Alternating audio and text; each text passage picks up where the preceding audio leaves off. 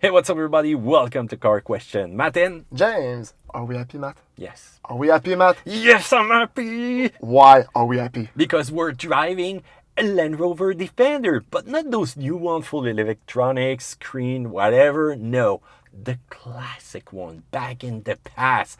And we are ready for a safari with me and all my friends here in Quebec. We say classic, but did you know that they built those trucks until 2016? Well, I'm kind of surprised because we did not saw a lot of them over here. On the other side of the ocean, though, yeah, you got a lot of them. Speaking of the other side of the ocean, our friends at VAT are now importing those trucks from the other side of the ocean. I'll talk to you about that later. But first of all, I want to put the cards in order because Land Rover has a big history. Yes, it is. So first of all, the Land Rover series. That was the first Defender, quote unquote. Well, they were not really using the name Defender. No, and the design was quite different. In 1983, it was the name Land Rover 90 and 110, depending on the wheelbase. The length was different, 2 doors, 4 doors. The name Defender came into play in 1990 with the 200 TDI, 200 for the torque in metric. In 1994, 200 TDI for the torque in metric again, but was more an evolution of the 200 TDI. And the TD5 in 1999 with an inline 5-cylinder turbo diesel, and with the 110, it had 9 seats, so more friends for you, Matt. Yeah, it's a Defender school bus. Exactly. Not luxury though, but No. with the TD4, this one, codenamed Puma, not because it's fast. It has a 4-cylinder turbo diesel with a new interior, more luxury, but not that much luxury. No, when I look inside that vehicle, there's a nice instrument cluster, yeah, but otherwise the rest seems from back in the 90s. But you're not buying that vehicle for luxury. What do you think about the exterior, Matt? The exterior is just amazing. This is a vehicle with attitude, with style, with aggressiveness if you want. And everybody's turning their head around to look at that vehicle going past. And it's really bulky though. Yes, it's sure that that one has some accessories, but it's so amazing. That vehicle, it seems like a safari vehicle, yes, but a military vehicle, something that you can just go through a wall and nothing will break. The kind of vehicle you buy when there's going to be a zombie invasion. Yes, but it is in aluminum, so it's kind of fragile. Yeah, but it's lightweight though. Also, you can look at the bull bar right up in front. It's not plastic, it's not metal, it's a little bit of rubber. But I really love the aggressive design with the headlight up in front. This vehicle means business.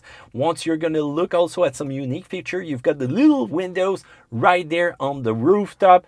Just pretty cool, to get those. Something that follows with the new Defender. Yes, indeed.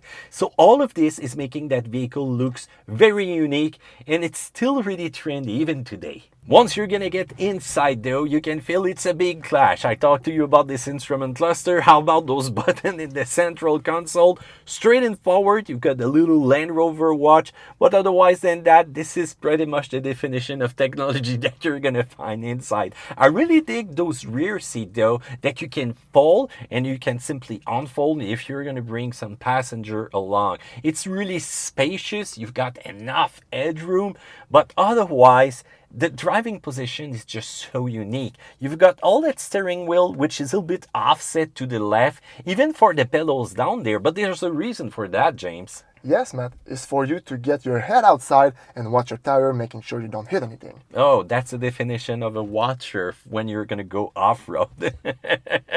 Otherwise, it's really unique and really special. You've got even also how you're gonna start the vehicle, which is on the left, and also the position is completely reversed when you're gonna start the vehicle. A little bit counterintuitive. It's not what we're used to here in America, though. Otherwise, the transmission, the shifter, the diff lock, is all accessible, but you got to figure out how it works before using it. Let's talk about the engine, James. It's an inline 4-cylinder turbo diesel developing 90 kilowatt and 360 Newton meter. I know I lost you there. Yeah. Let me correct that for you. It's approximately 120 horsepower and 265 pound-feet of torque.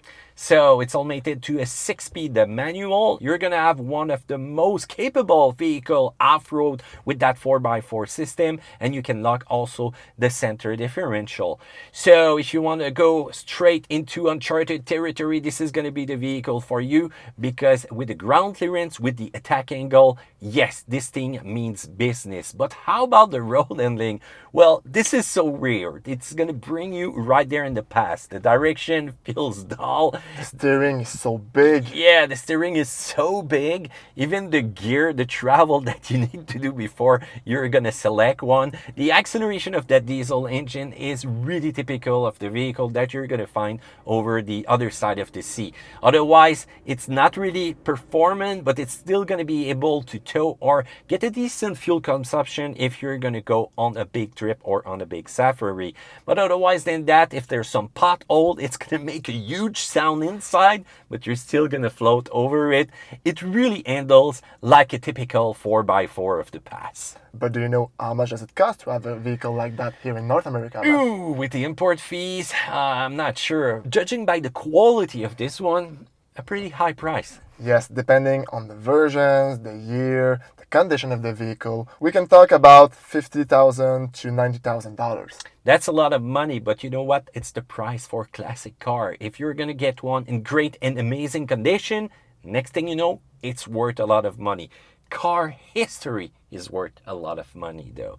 So in conclusion, what do you think about that Land Rover Defender? Comment section down there below. James, would you buy one? Sure, I would buy one. I would go see our friends at VAT that you can contact by email, Facebook, phone, etc. You can go see in the description down there for that. But yes, this vehicle is so unique, Matt. This is a must. I'm quite amazed by your answer, because I know how much you get while doing some video for a car question, and believe me, maybe you will have to get a big loan for that vehicle. But otherwise than that, I understand why you want one. All right, comment section down there below, thumbs up, subscribe. We'll see you another time on another video of car question.